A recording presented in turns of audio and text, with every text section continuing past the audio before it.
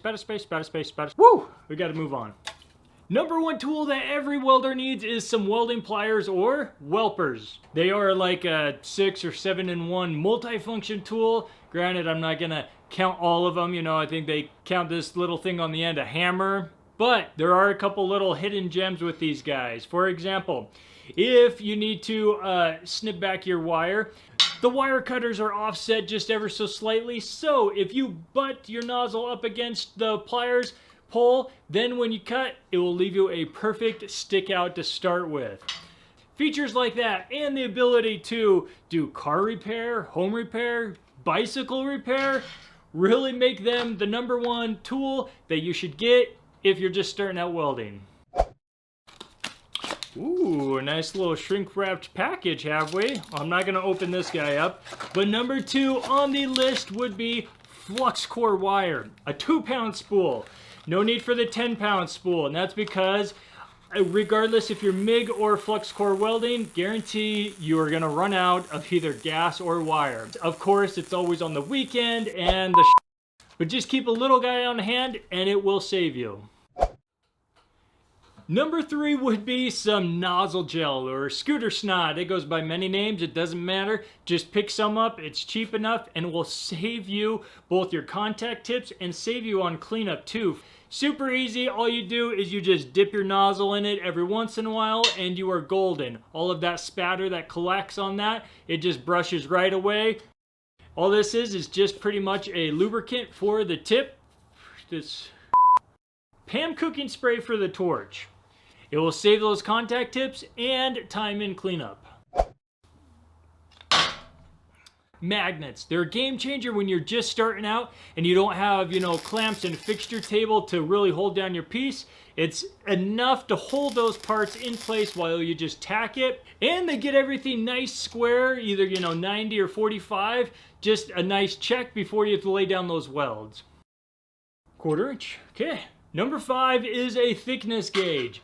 One of the biggest questions I had starting out was, great, hey, all of these machines give me settings for certain thicknesses of material, but what the heck do I have? And so, well, grab a thickness gauge and you will know exactly what thickness it is. You just pretty much, put it up to it and then whatever slot it falls in with very to little slop, that's the thickness. So 1/8 inch right here, 1/4 inch there, and this one's a 16 gauge or 0.0625. Whether you care or not, if you pick up a Vulcan welder from Harbor Freight, they do come with one of these. Not worth spending that much just for the gauge. It's just a nice little bonus gift. Spatter spray, or anti-spatter spray, I guess I should call it. I like to use this in conjunction with nozzle gel, and I'll tell you right now, it's because I started out with flux core, and lots of people do. There's nothing wrong with that. You can get some dang looking good welds out of flux core. Just don't let that flux and spatter everywhere deter you, because with these two guys, especially the anti-spatter spray, you just do a quick little spray just like that on the piece before you weld, and then yeah, the flux and the spatter, well, it's not gonna just roll right off, but it will come off a lot easier with this. Spatter space, spatter. Woo! We gotta move on. Number 7, the wire brush and wire wheel. You'll see them come in combo packs with those fine bristled ones. Don't get those. Those with a slightly higher RPM angle grinder, those bristles will shoot off and they hurt when they go into the leg. So don't do it. They are both great for prepping the metal, getting some of that rust off. Not so much with mill scale. Technically, I don't know of anything really great that gets mill scale off first time. Either way, that could be another video. But they are also great after a quick swipe of this cleans up those flux core welds and gets those looking beautiful. Must-have addition for the angle grinder. It is a fast back. I learned from my grandpa, always have a knife in your pocket except when you go to the airport, because I've already lost 2 of them. Regardless, utility knives, not going to go much into it other than they're perfect for everything. Now, I did misplace, didn't lose, I did misplace my Milwaukee Fastback for a while, so I went out and picked up the 2-pack on sale right now. Go pick one up. You wouldn't think so for welding, but I actually use a utility knife all the time for all kinds of stuff. Pro tip, use a razor blade to score your piece before cutting it, and that will give you a really fine line to be able to follow and get just an exact cut. Number 9. Now I'm gonna take just a side step over to TIG welding really quick and say that the biggest improvement I made was when I actually switched over to a stubby gas lens kit. Now, you don't have to go out and buy a big old set unless, you want to, but really, just go out and buy this one cup and you're golden. So I put a link down to one similar to this, a cheaper one. The Furic kind or whatever, they're like $30 or $40, trying to keep this on the cheaper end. They both work. The important thing is get a stubby gas lens kit, and I've got a little cheaper kit if you need some of those collet bodies just to get you set up all the way. Still smells like the package. No.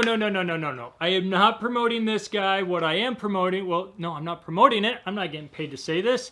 Either way, a magnetic ground clamp or earth clamp. They are perfect for, well, not for these type situations, but those times when you got bigger tubing or some, pipe that you're doing on and you can't clamp on. Well, it's a lot easier to just put this guy on than it is to weld on yet another little stub, clamp piece, which I know you've all seen. Either way, for I think there's like a 2-pack for $10. Sweet little pickup find. I love it. Markers.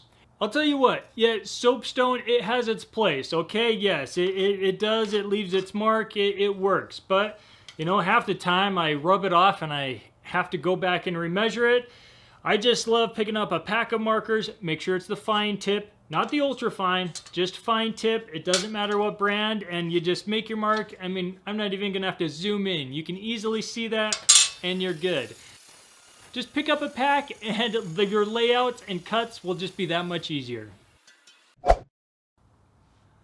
Last on the list is, well, actually not last because I do have a bonus one here in a second. TIG welding gloves.